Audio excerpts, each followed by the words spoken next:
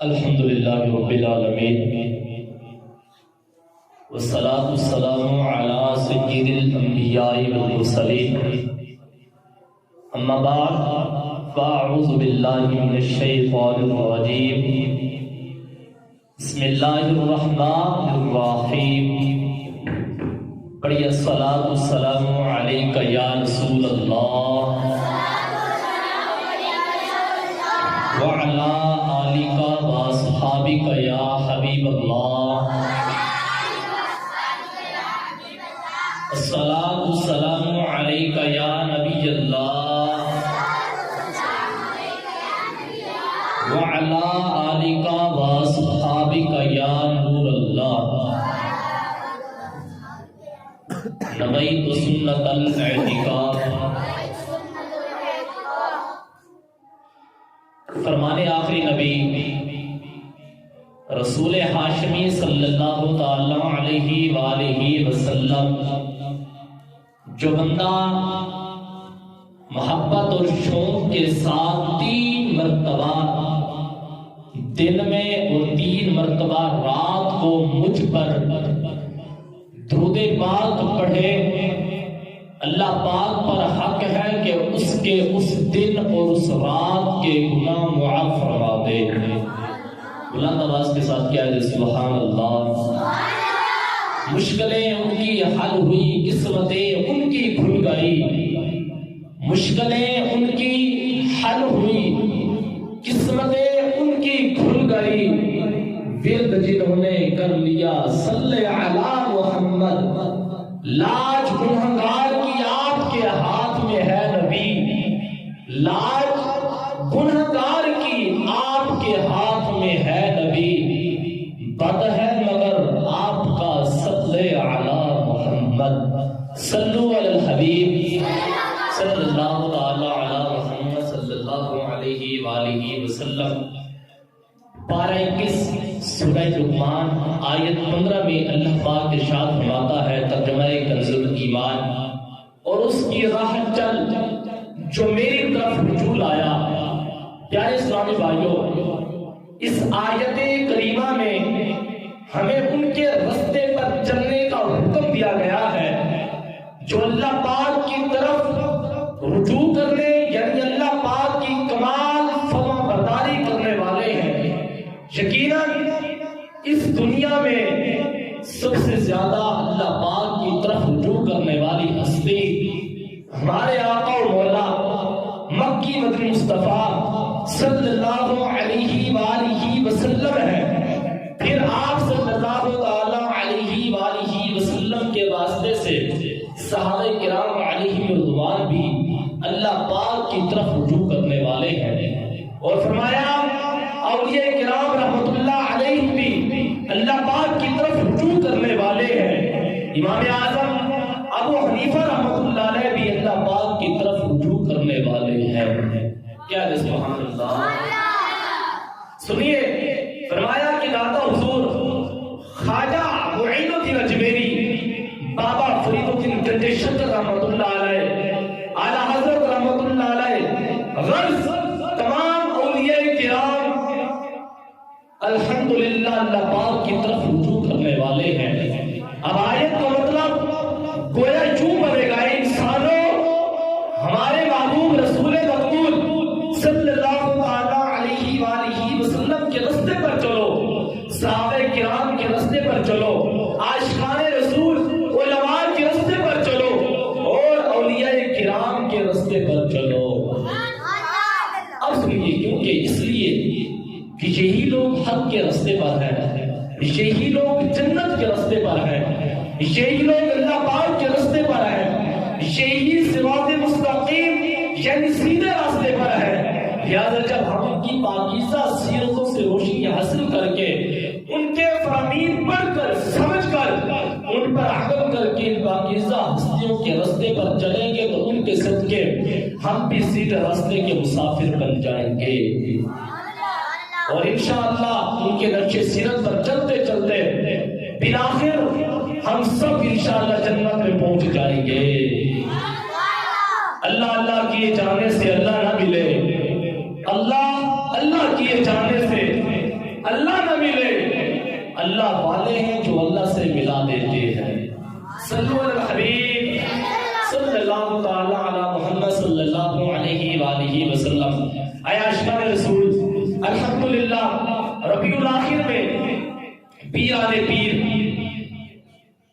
پیر دستگیر روشن ضمیر سرکار غوث اعظم حضرت شیخ عبدالقادر جیلانی رحمۃ اللہ علیہ کی بڑی 11ویں شریف کی خوب دھوم دھام سے منائی جاتی ہے۔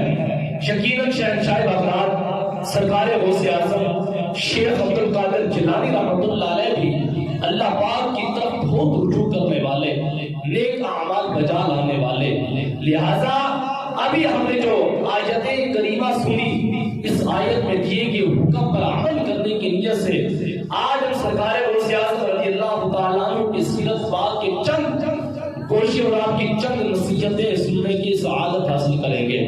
اللہ پاک ہمیں شہنشاہ بغداد حضور غوث پاک رحمۃ اللہ علیہ کے ساتھ دل کی گہرائیوں سے اظہار محبت کرنے، آپ کی سیرت پاک سے روشنی حاصل کرنے اور آپ کی تعلیمات پر عمل کرنے کی توفیق عطا فرمائے۔ مرتبہ یوں تیرا خالق نے بڑھایا یا غوث، مرتبہ یوں تیرا خالق نے بڑھایا یا غوث، اولیاء کا تجھے سلطان بنایا یا غوث۔ میں نکما تو کسی کام کے قابل ہی نہ تھا، میں نکما تو کسی کام کے قابل ہی نہ تھا، مجھ سے بیکار کو تم نے ہی نبھایا یا غوث۔ صلو علی الحبیب صلی اللہ علی محمد صلی اللہ علیہ وسلم۔ شہنشاہ بغداد کا مختصر تعارف آپ کی بارگاہ میں عرض کرتا ہوں، سنیے گا۔ فرمایا شہنشاہ بغداد حضور غوث پاک رحمۃ اللہ علیہ الحمدللہ مشہور و معروف ہستی ہے۔ الحمدللہ عاشقان رسول کی ایک تعداد ایسی بھی ہے جو اپنی اولاد کو کھٹی میں غوث پاک کی محبت پلاتے ہیں۔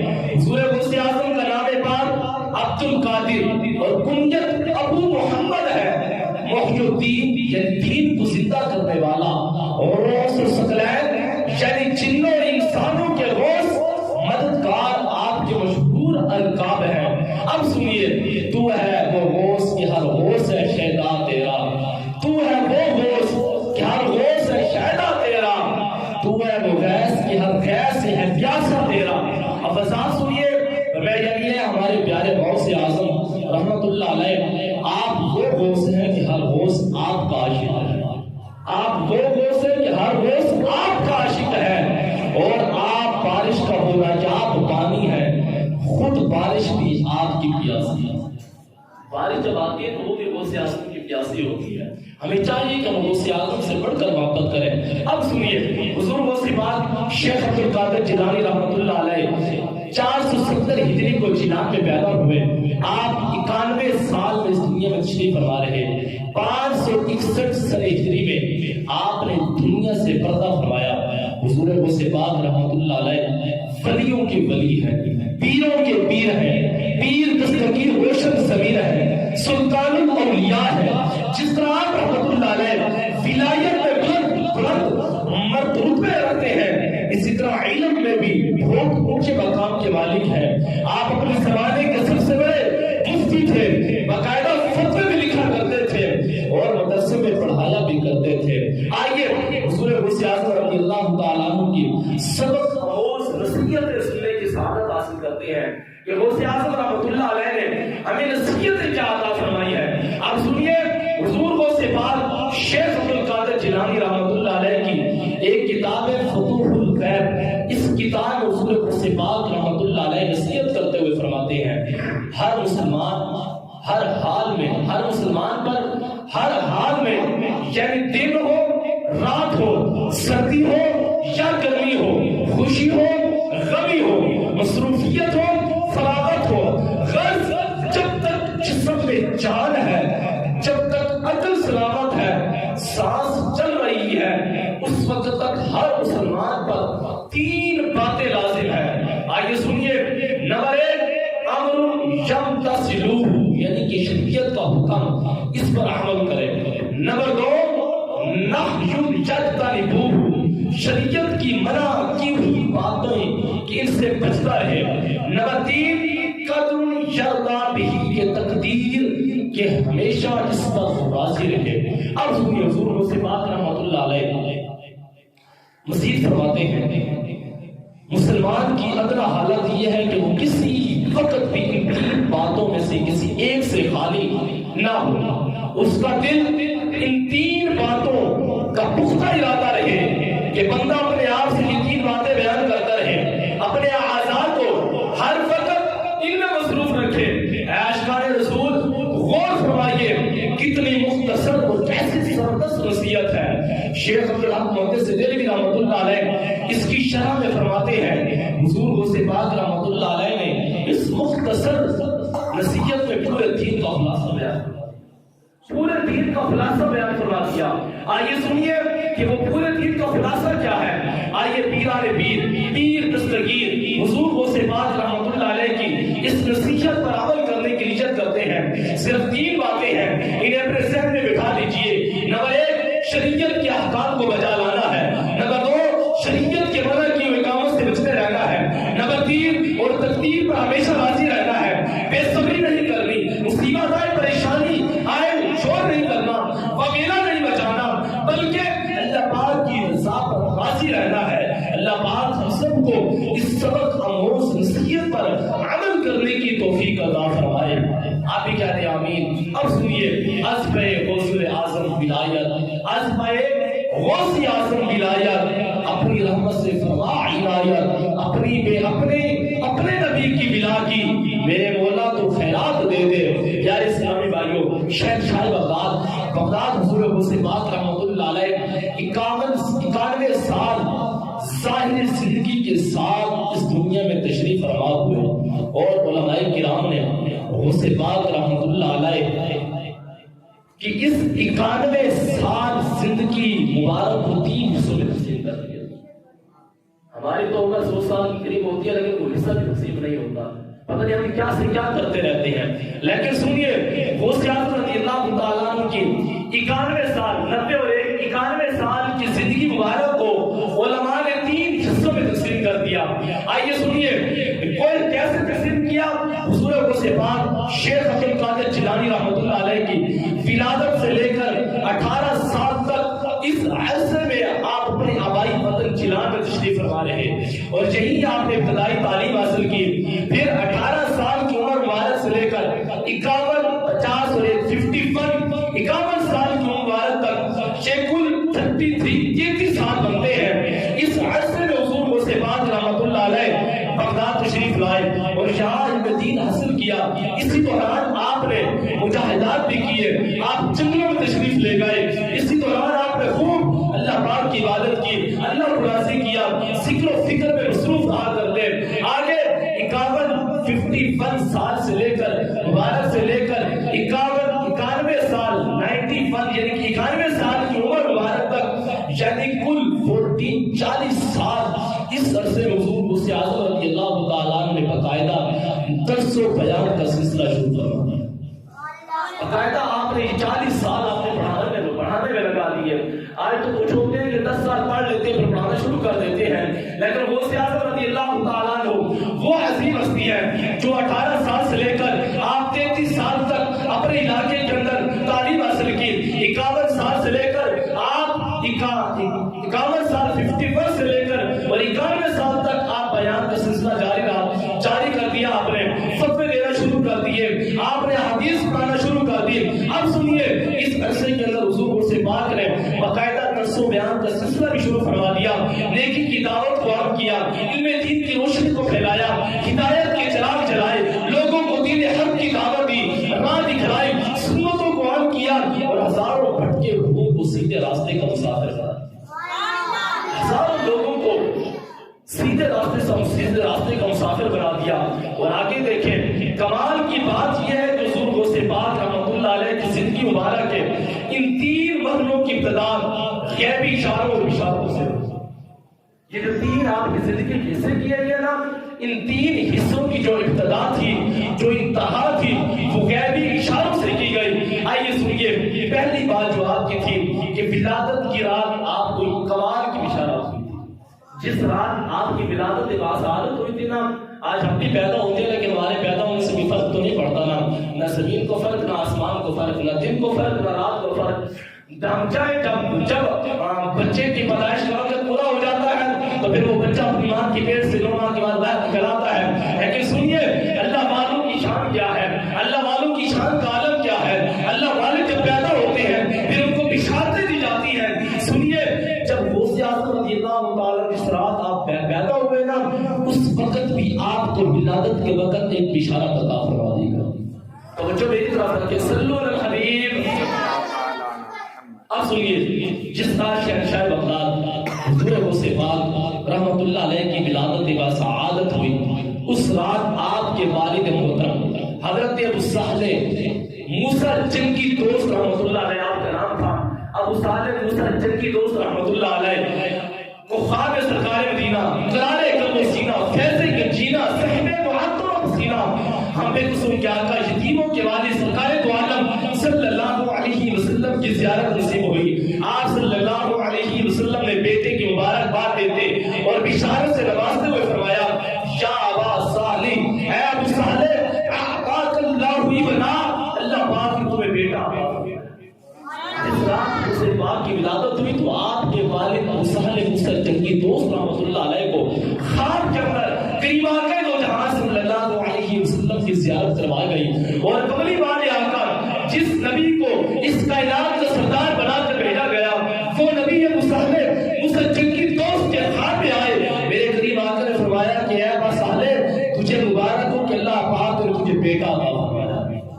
بتائیں یہ تو غوث اعظم رضی اللہ تعالیٰ عنہ کی بشارت پر آپ کی ولادت کے وقت آپ کے والد کو یہ زیارت کرا گئی. تو بتائیں یہ تو بیٹے کی شان کا عالم یہ ہے تو پھر اس کی باپ کی شان کا عالم کیا ہو؟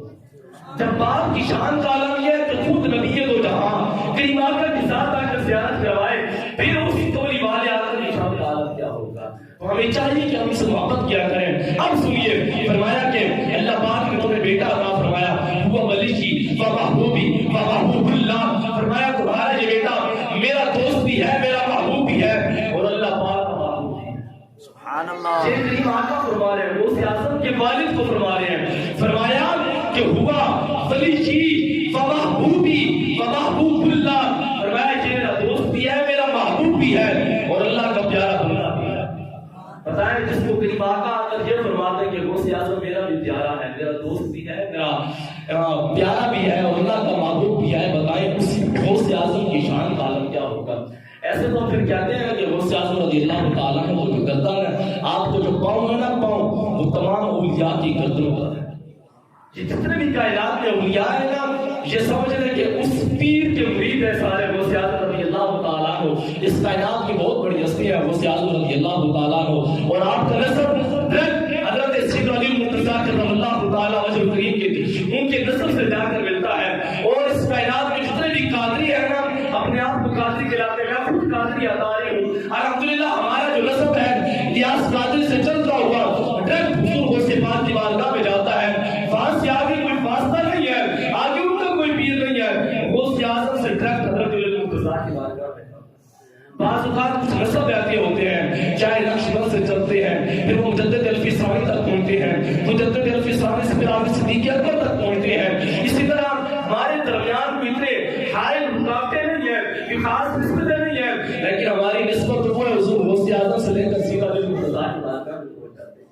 سنیے اب سنیے فرمایا کہ اللہ کے پیارے محبوب نے فرمایا کہ یہ میرا بیٹا بھی ہے، میرا دوست بھی ہے اور اللہ کا محبوب بھی ہے، یعنی پیارا ہے. آپ صلی اللہ علیہ وسلم نے مزید فرمایا سیکون لہو شان فی الاولیاء والتابع کشان بین الانبیاء والمرسلین. فرمایا یعنی ابو صالح اولیاء کرام کے درمیان تمہارے بیٹے کی ویسی ہی شان ہوگی جیسے نبیوں اور رسولوں کے درمیان میری شان ہوتی ہے.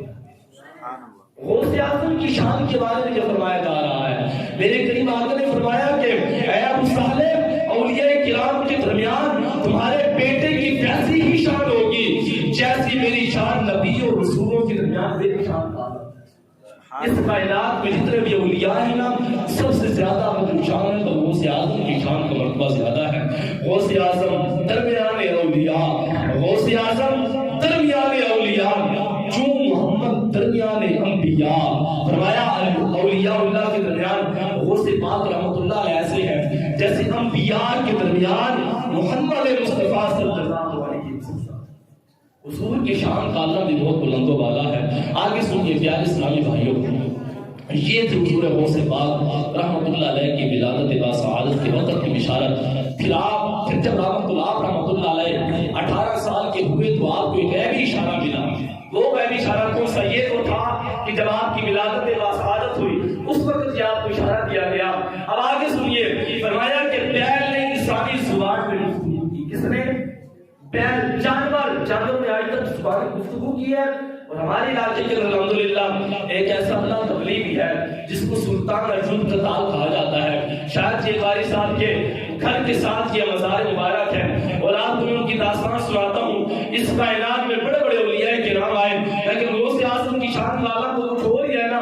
اب سنیے، حضور غوث اعظم پاک رحمۃ اللہ علیہ وہ اللہ کے ولی اللہ ہیں کہ جن کو اللہ پاک نے بڑا عظیم مرتبہ عطا فرمایا ہے. سلطان ایوب قتال رحمۃ اللہ علیہ اللہ کے ولی اللہ کا ایک نام ہے اور ان کا مزار ہمارے علاقے کے اندر ہے. وہ ایسی عظیم ہستی ہے. ہمارے باپ دادا کہا کرتے ہیں، ہمارے بزرگوں نے کہا ہے کہ ایک دن آپ اپنے مسند رسول پر بیٹھے تھے، مسند تدریس پر بیٹھے تھے، لوگوں کو حدیث بتا رہے تھے.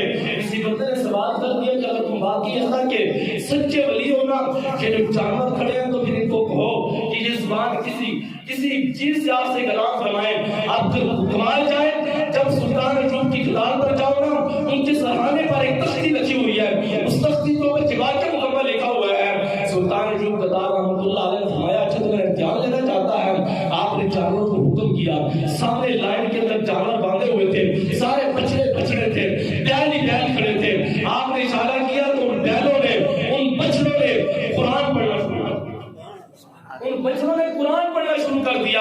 بتائیں جس ولی اللہ کے کہنے پر جانور بھی قرآن پڑھنا شروع کر دے، یہ تو ایک ادرس سے ولی اللہ کی شان کا عالم کیا تو حضور غوث پاک کی شان کا عالم تھا. یہ تو ایک ان کے پیر مرید ہو کر جنہوں نے جانوروں کو قرآن پڑھا دیا. اگر غوث اعظم کی شان کا عالم تو کچھ اور ہی ہے. اب آگے سنیے، آپ رحمۃ اللہ علیہ خود فرماتے ہیں، آپ رحمۃ اللہ علیہ خود فرماتے ہیں، فرمایا حج کے دن تھے، ایک بار مجھے جنگل میں جانے کے اتفاق ہوا. اس وقت ایک بیل، جب آپ فرماتے ہیں کہ ایک جنگل میں میرے جانے کے اتفاق ہوا، اس وقت ایک بیل میرے گھر آیا، آگے چل رہا تھا.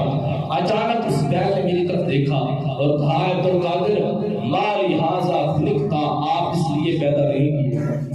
یہ جانور نے غوث اعظم کو کہا.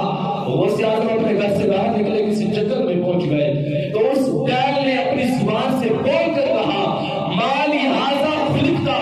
اے غوث اعظم، رب کائنات نے تجھے اس لیے پیدا نہیں کیا کہ تم جانوروں کے ساتھ آ جا. اب آگے سنیے، غوث پاک رحمۃ اللہ علیہ فرماتے بیل کو جو انسانی زبان میں بات کرتے سن کر میں گھبرا گیا اور گھر لوٹ آیا. پھر میں اپنے گھر کی چھت پر گیا تو مجھے اپنے گھر کی چھت پر یعنی جیلان شریف سے عرفات کا میدان نظر آیا. بغداد کہاں، عرفات کہاں. غوث اعظم چھت پر چڑھ جائیں، جیلان سے کھڑے ہو کر عرفات کا سارا منظر یہاں سے. کیا بات ہے، ولی اللہ کی شان کا عالم تو دیکھے نا. آج ہم کیا ہے اگر ولی اللہ کو نہیں مانتے، ولی کر کچھ نہیں کر سکتے، نبی کر کچھ نہیں سکتے. اللہ کی بندی ہماری عقل کی سوچ ہے. اگر نبی کریم کی بارگاہ میں سچے دل سے فریاد کی جائے، رب کعبہ کی قسم، یہ تو ولیوں کی شان کا عالم یہ ہے کہ بیان کی زبان سے ساتھ گفتگو کرنے لگتے ہیں. اگر بندہ حضور کی بارگاہ میں سچے دل سے فریاد کرے، رب کعبہ کی قسم آج بھی حضور روزہ رسول سے اپنی اس امتوں کی فریاد کو پورا شرط یہ ہے کہ بندہ اپنی فریاد کو حضور کی بارگاہ میں پہنچائے تو صحیح. اب آگے سنیے، غوث پاک رحمۃ اللہ علیہ جب اپنے گھر کی چھت پر گئے نا تو مجھے اپنے گھر کی چھت یعنی جیلان شریف سے عرفات کا میدان نظر آنے لگا. میں نے میدان عرفات میں حاجیوں کو کھڑے دیکھا. اس کے بعد میں نے اپنی بارگاہ خدمت کے حاضر ہو کر عرض کی، امی جان مجھے رائے خدا میں رقص کر دیجئے، مجھے بغداد جانے کی اجازت دے دیجئے، وہاں علم دین حاصل کرو، نیک لوگوں کی زیارت کرو. امی جان نے فرمایا بیٹا تجھے میں صرف اللہ پاک کی رضا کے لیے خود سے جدا کرتے ہوں، اب قیامت کے دن ہی مدینے دیکھتے تھے. آج ہمارا بیٹا اپنی ماں کو کہتا ہے اما جی میں قرآن پڑھنے جا رہے ہیں، پتر پاگل نہیں ہو گیا، سردی نہیں ہے تو منہ دھوئے گا ٹھنڈ لگ جائے گی، نہ جا پڑھنے واسطے پتر گھر سو جا بستر دے وچ، اور ویسے بھی سردیاں آ رہی ہیں، لیکن یقین جانے کہ غوث اعظم کی شان کا عالم تو دیکھیں، غوث اعظم ماں کو کہہ رہے ہیں، ماں نے کیا جواب دیا، یہ تو بیٹے کا تقاضا ہے کہ ماں مجھے بغداد جانے کی اجازت ہے، میں وہاں جا کر ان میں دین حاصل کرتا ہوں، نیک لوگوں کی زیارت کروں گا، نیکی کی دعوت کو عام کروں گا، برائی سے منع کروں گا، یہ غوث اعظم نے فرمایا۔ ماں نے یہ نہیں کہا پتر سو جا، تیری بڑی زندگی پر یہ پھر پڑھ رہی نہیں، غوث اعظم رضی اللہ تعالیٰ کی والدہ نے فرمایا بیٹا جا، میں تجھے صرف اللہ کی عبادت کے لیے اپنے آپ سے جدا کر رہی ہوں، اب تیری اور میری ملاقات کل قیامت میں ہوگی۔ بتائیں غوث اعظم کی ماں یہ کہہ دے جب تیری اور میری ملاقات قیامت والے دن ہوگی، ہمارا بیٹا دوسرے مدرسے سے چھوڑ کر آئے دلّی کے مدرسے میں اور رات کو رہنے کا کہہ دے نہیں کہ میں گھر جانا، الو تے پٹھا ہوئے جب مدرسے میں جا کر سوتا ہے، وہاں اس کو ماں باپ یاد نہیں آتے، قریب مدرسے میں آ گیا ہے، ماں باپ کو یہ چاہیے کہ اپنے بیٹے کی تربیت صحیح معاملے میں کرے اور دعوت اسلامی کا ایک ایسا ماحول، یقیناً آپ اس پوری آپ پری کے اندر پھر کر دیکھ لیں، شاید میرا یہ گمان ہے آپ لوگ اس سے بخوبی واقف ہوں گے، ہر بندے اس کام کو جانتا ہے، اس وقت جو تعلیم قرآن کی تعلیم آپ اس بلدیہ کے مدرسے کے اندر دی جا رہی ہے، شاید کہ کسی مدرسے کے اندر یہ میں آپ کی گارنٹی سے کہہ سکتا ہوں، آپ آس پاس کے سارے مدرسے دیکھ لیں، آپ جامع رضویہ دیکھ لیں، وہاں بڑے بالکل حضرات کو پڑھاتے ہیں اور وہ ہماری آنکھوں کی ٹھنڈک ہے، ہمارے سروں کے تاج ہے، لیکن وہاں جو حفاظ کرام پڑھتے بھی ہیں اور وہاں پڑھا بھی رہے ہیں، لیکن وہاں کے طالب علم ہمارے پاس آ جائیں، اس سے معلوم یہ ہوتا ہے کہ یار ہمارے مدرسے کی کچھ مجبوری بھی ہو چکی ہے، کچھ پڑھائی بھی ہے، لیکن آپ سے یہ عرض ہے اگر ہم سب مل کر ایک ہو جائیں، اس مدرسے کو بنانا شروع کر دیں، اس مدرسے کے بنیاد کو ایک ایسا اچھا قدم رکھ دیں، اپنے بچوں کی تربیت میں ایک ایسا قدم اپنے مدرسے میں رکھ دیں، یقیناً آنے والی نسلیں ہماری اس مدرسے سے سمجھ سکتی ہیں۔ اگر ہمارا اپنا یہ ذہن بن جائے تو یقیناً میں دیکھتا ہوں بعض اوقات نمازیوں کو، اب زعفران صاحب شاید کہ ایک ہفتے کے بعد میں ان کی زیارت کر رہا ہوں، تیمور صاحب یہ بھی ماشاءاللہ ایک ہفتے کے بعد انہوں نے زیارت کرائی ہے، اور یقیناً میں ان کی دل آزاری نہیں کر رہا۔ ناصر صاحب آپ کو پتہ ہے کہ بیمار تھے، ہاسپٹل کے اندر تھے، آج یہ بھی تقریباً 3-4 دن کے بعد مسجد میں آئے، سمورہ صاحب تو ویسے ہی ماشاءاللہ آتے رہتے ہیں، لیکن حیرت کی بات یہ ہے کہ آپ دنیا داری کی خاطر ہم اپنی کی نماز کو بھی دنیا داری کی خاطر رب کی نماز کو چھوڑ دیتے ہیں۔ بتائیں یار جس رب کی نماز کو ہم نے چھوڑا ہے، کیا وہ رب ہمارے رزق میں برکت عطا فرمائے گا؟ ہر کس ہمارے رزق میں برکت نہیں دے گا، بلکہ رب کریم خود فرماتا ہے اور میں جو بندہ میرے ذکر سے منہ موڑے گا میں اس بندے کے رزق کو کم کراؤں گا۔ یہ تو قرآن میں کہہ رہا ہے کہ جو بندہ میری نماز سے میرے ذکر سے منہ موڑے گا میں اس بندے کے رزق کے اندر بے برکتی پیدا کر دوں گا، نحوست پیدا کر دوں گا، تنگی پیدا کر دوں گا۔ یہ تو رب کریم فرما رہا ہے، اب بندہ نماز نہ پڑھے، رب کو راضی نہ کرے، اس مقدس بارگاہ میں نہ آئے۔ غوث اعظم تو پوری زندگی آپ نماز پڑھتے رہے، غوث اعظم کی بات مجھے یاد آ گئی جس رات آپ پیدا ہوئے تھے نا، اور خصوصاً ماہ رمضان کا پہلا روزہ چاند نظر آ گیا تھا، غوث اعظم کی ماں نے آپ کو دودھ دیا نا، غوث اعظم نے اپنی ماں کا دودھ نہیں دیا، پریشان ہو گئے۔ وہاں کے بڑے بڑے لوگوں سے پوچھا گیا یار رمضان کی پہلی رات ہے یا نہیں ہے، لوگ کش ہو گئے، بڑے بڑے محدثین کرام کے پاس گئے، اس سے پوچھنے کے لیے کہ چاند نظر آیا تو روزہ ہے یا نہیں ہے، فرمایا بغداد کے اندر ایک اللہ کا ولی پیدا ہوا ہے، جا کر اس سے پتہ کرتے ہیں، اگر اس نے آج دودھ پیا تو یوں سمجھے آج روزہ نہیں ہے، اگر اس غوث اعظم نے آج دودھ نہیں پیا، اللہ کے ولی نے دودھ نہیں پیا، یوں سمجھے کہ آج رمضان کا پہلا روزہ ہے۔ وہاں کے بغداد کے سارے لوگ حضور غوث پاک کی بارگاہ میں آتے ہیں، آج ان کی باتوں سے پوچھتے ہیں کہ آج اس اللہ کے ولی نے، اس مردے کلندر نے کہ آپ کا دودھ بھی پیا ہے؟ غوث اعظم کی والدہ فرماتی ہے کہ آج میرے لخت جگر میں میرا دودھ نہیں پیا۔ معلوم ہوا کہ آج رمضان کا پہلا روزہ ہے، اور غوث اعظم کی ایک بہت بڑی بات مشہور ہے، وہ بھی آپ کو کرتا چلوں۔ غوث اعظم نے جب اپنے گھر سے نکل رہے تھے، یہ بھی بات اس میں موجود ہے، بغداد جانے کا آپ نے ارادہ کیا اور ان میں دین حاصل کرنے کے لیے جا رہے تھے، ماں نے کہا بیٹا یہ 40 دینار اپنی گدڑی میں سیرو اور راستے پر کوئی بھی تنگی آئے یا کوئی مصیبت ہے اس کو استعمال کر لینا۔ ماں نے وصیت کی کہ آج قاری صاحب نے حکم کیا کہ یہ واقعہ اپنے لازمی سنانا ہے۔ اب سنیے غوث اعظم کی والدہ کیا نصیحت فرما رہی ہے۔ جب آپ گھر سے نکلتے ہیں نا، ماں کہتی ہے کہ بیٹا میری ایک بات سن لو، میری ایک نصیحت فراہم کر رہا ہوں۔ غوث اعظم ہاتھ باندھ کر کھڑے ہوتے ہیں، ہم حضور بتائیں تو صحیح آپ کی نصیحت کیا ہے، کون سی بات پر عمل کرنا ہے؟ آپ کی والدہ واجدہ فرماتی ہے، فرمایا کہ بیٹا زندگی میں کبھی جھوٹ مت بولو، زندگی میں کبھی جھوٹ مت بولنا. اب غوث اعظم رضی اللہ تعالیٰ عنہ گھر سے باہر نکلے گا, جو قافلہ جا رہا تھا جیلان کی طرف, بغداد کی طرف, علم دین حاصل کرنے کے لیے, آپ یہ اپنے گھر سے نکل پڑے. جب آپ ایک قافلے کے ساتھ گئے نا, راستے میں ایک جگہ پڑاؤ کیا, وہاں ڈاکوؤں کا قافلہ بھی آپ پہنچا, انہوں نے لوٹ مار شروع کر دی. یہ واقعہ میں نے بہت عرصہ پہلے پڑھا تھا, تقریباً تو پچھلے سال اس کو پڑھا ہے, آج پھر اس کو بیان کر رہا ہوں. اب سنیے گا, جب ڈاکوؤں نے وہ ڈاکہ شروع کیا, لوٹ مار شروع کی, ایک ایک کا مال لیتے گئے, ایک ایک کے جیبیں خالی کرتے گئے. لیکن جب غوث اعظم کی باری آئے گا تو میں بتا, تیرے پاس کیا ہے؟ ایک ڈاکو آیا, غوث اعظم نے فرمایا میری گدڑی کے نیچے 40 دینار سے لے. اس نے مذاق سمجھا, آگے چلا گیا. دوسرا آیا, اس نے آگے تیرے پاس کیا؟ اس نے میرے پاس 40 دینار. فرمایا کہاں؟ فرمایا اس کے نیچے. اس نے بھی مذاق سمجھا, چلا گیا. تیسرا پھر آیا, اس نے کہا ہاں بتا تیرے پاس کیا ہے؟ اس نے کہا میرے پاس 40 دینار ہے. فرمایا کہاں ہے؟ فرمایا سترے میں سلے ہوئے ہیں. اس کو ڈاکو کو لے کر وہ اپنے بادشاہ کے پاس لے کر آتے ہیں. جب بادشاہ کے پاس لے کر آتے ہیں نا, وہ بادشاہ پوچھتا ہے تجھے پتہ نہیں کہ ہم ڈاکو ہیں, تجھے پتہ نہیں ہے کہ لوٹ مار کرنے والے ہیں, تو نے یہ کیوں بتایا؟ اس نے کہا تیرے پاس کیا ہے؟ اس سے بات رحمۃ اللہ علیہ فرماتے ہیں کہ میری گدڑی کے نیچے 40 دینار سلے ہوئے ہیں, آپ چاہیں اس کو دیکھ بھی سکتے ہیں. جب اس ڈاکو کے سردار نے کہا تھا کہ اس کو کھولو دیکھو, جب گدڑی کو کھولا گیا, واقعی اس کے اندر 40 دینار موجود تھے. اس ڈاکو کے سردار نے پوچھا کہ یار تو جھوٹ بھی تو بول سکتا تھا, باقی سب کام میں مال ضبط کیا, لیکن تو نے جھوٹ کیوں نہیں بولا؟ اس سے بات رحمۃ اللہ علیہ فرماتے ہیں آپ نے کتنا پیارا جواب دیا. فرمایا کہ گھر سے نکلتے ہوئے میری والدہ نے مجھے نصیحت کی تھی, بیٹا زندگی میں کبھی جھوٹ مت بولنا. تو میں اپنی والدہ کی نصیحت پر عمل کر رہا ہوں. اور ڈاکو کے سردار کی بات سنیے, ڈاکو کا سردار کہنے لگا یار تو اپنی ایک والدہ کی نصیحت پر عمل کر رہا ہے, ہم تو وہ بدبخت ہیں, ہم تو وہ نکمے ہیں, ہم تو وہ نکالے ہیں جب رب کی نافرمانیوں کو بتلا دیں. ہم تو رب کی نافرمانیوں کو, رب کی نافرمانیاں کر رہے ہیں. ہم تو رب کی نمازوں کو چھوڑ رہے ہیں, رب کی عبادت ریاست کو چھوڑ رہے ہیں. ہم تو رب کی نصیحتوں پر عمل نہیں کر رہے. بتائیں ایک بندہ, ایک جوان بیٹا ہو کر ماں کی نصیحت پر عمل کرے, زندگی میں کبھی جھوٹ نہ بولے. ضد کو جھوٹی الکس کو جھولے کو, سچ بندے کو نجات دیتا ہے, جھوٹ بندے کو ہلا کر لاتا ہے. بندہ سو جھوٹ بولنے سے بہتر یہ ہے کہ بندے ایک سچ بول دے, وہ بندہ خود بھی بچ جائے گا, جان بھی بچ جائے گی. برحال خدا رب کائنات کی بارگاہ میں سر مسجود ہو کر اپنے رب سے گناہوں کی معافی مانگے. الحمدللہ ثم الحمدللہ دعوت اسلامی کا وہ دینی ماحول ہے کہ جس دینی ماحول نے ہمیں گناہوں کے دفتر سے نکال کر نیکیوں کے راستے پر لگا دیا.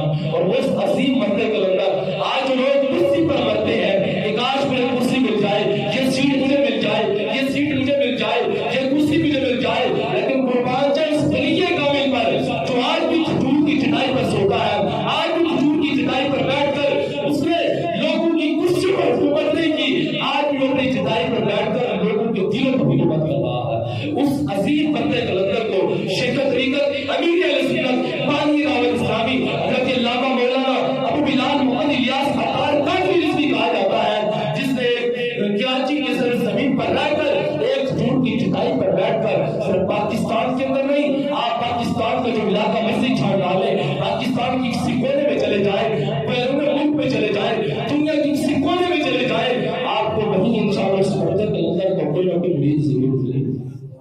جس مرد کلندر کی خاطر ہم نے اپنی جان کو قربان کیا ہے نا, اس مرد کلندر نے اس محمد رسول پر ایسے نہیں بٹھا دیا, اس نے بھی کچھ ملایا ہے. میں جب پڑھنے کے لیے گیا نا تو ہمارے استاد محترم تھے قاری اقبال چشتی رحمۃ اللہ علیہ, اللہ ان کو مزید عمر درازی عطا فرمائے, اللہ پاک ان پر رحمت فرمائے کہ جنہوں نے قرآن کی تعلیم سے راستہ کیا. انہوں نے کہا بیٹا جاؤ کراچی پڑھنے کے لیے چلے جاؤ. میں جب کراچی باب المدینہ فضائل مدینہ کراچی کے اندر پڑھنے گیا, استاد صاحب نے فرمایا کہ بیٹا مرید نہیں ہونا, کچھ دیر تک مرید ایسے جا کر مرید نہیں ہو جانا, جاتے ہی کہہ دینا کہ میں آپ کو مرید ہونا چاہتا ہوں. فرمایا نہیں, جا کر مرید نہیں ہونا, کچھ اگر آپ کو محسوس ہو, آپ اس میں کچھ دیکھیں تو تب مرید ہونا ہے. آپ یقین جانے کہ سال 1.5 سال میں وہاں پڑھتا رہا, اور اس سال 1.5 سال کے اندر مجھے تقریباً 3 سے 4 مرتبہ میرے پیر و مرشد مولانا الیاس قادری کی زیارت ہوئی, اور مجھے آ کر کہتے تھے پتر تمہارا مرید کیوں نہیں ہو جاتا, مجھ سے اعظم کے ہاتھوں میں ہاتھ کیوں نہیں دے دیتا.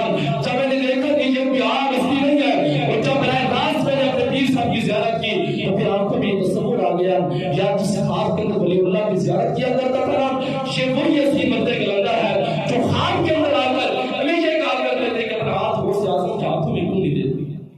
ہم تو اس مریدوں ہم نے تو ان کے اندر کچھ دیکھ کر ہم نے الحمدللہ یہ مرید ہوئے ہیں. اور امام غزالی رحمۃ اللہ علیہ احیاء العلوم مائے ناز کی تصنیف ہے. آپ فرماتے ہیں کہ جس بندے کا پیر نہیں ہے اس بندے کا پیر شیطان ہے. بتائیں جس بندے کا پیر نہ ہو اس بندے کا پیر شیطان ہو. کوشش کریں اپنا کسی کو ولی کامل بنا لیں. یہ نہیں کہ آپ ڈائریکٹ اس ریاض قادری کے مرید ہو جائیں. آپ کو جو اللہ کا اچھا ولی لگتا ہو, اچھا پیر لگتا ہو, آپ اس کے ہاتھوں میں اپنا ہاتھ دے دیں. انشاءاللہ قیامت والے دن وہ پیر اللہ کے فضل و کرم سے اپنے مریدوں کی شفاعت فرما کر ان کو جنت کا ٹکٹ عطا فرما دے گا. کوشش کریں دنیا میں رہ کر اپنے آپ کو نیک تو بنائے نا. بیان بہت بڑا ہے لیکن کوشش کریں اللہ والوں کے کاموں کو اپنا لیں اور اللہ پاک ہم سب کو عمل کی توفیق عطا فرمائے. اور اللہ پاک کی بارگاہ میں دعا ہے کہ اللہ تعالی ہماری اس مسجد کو اور مدرسے کو تا قیامت آباد و شاد فرمائے. آخری یہ کہنا سماعت فرما لیں. کل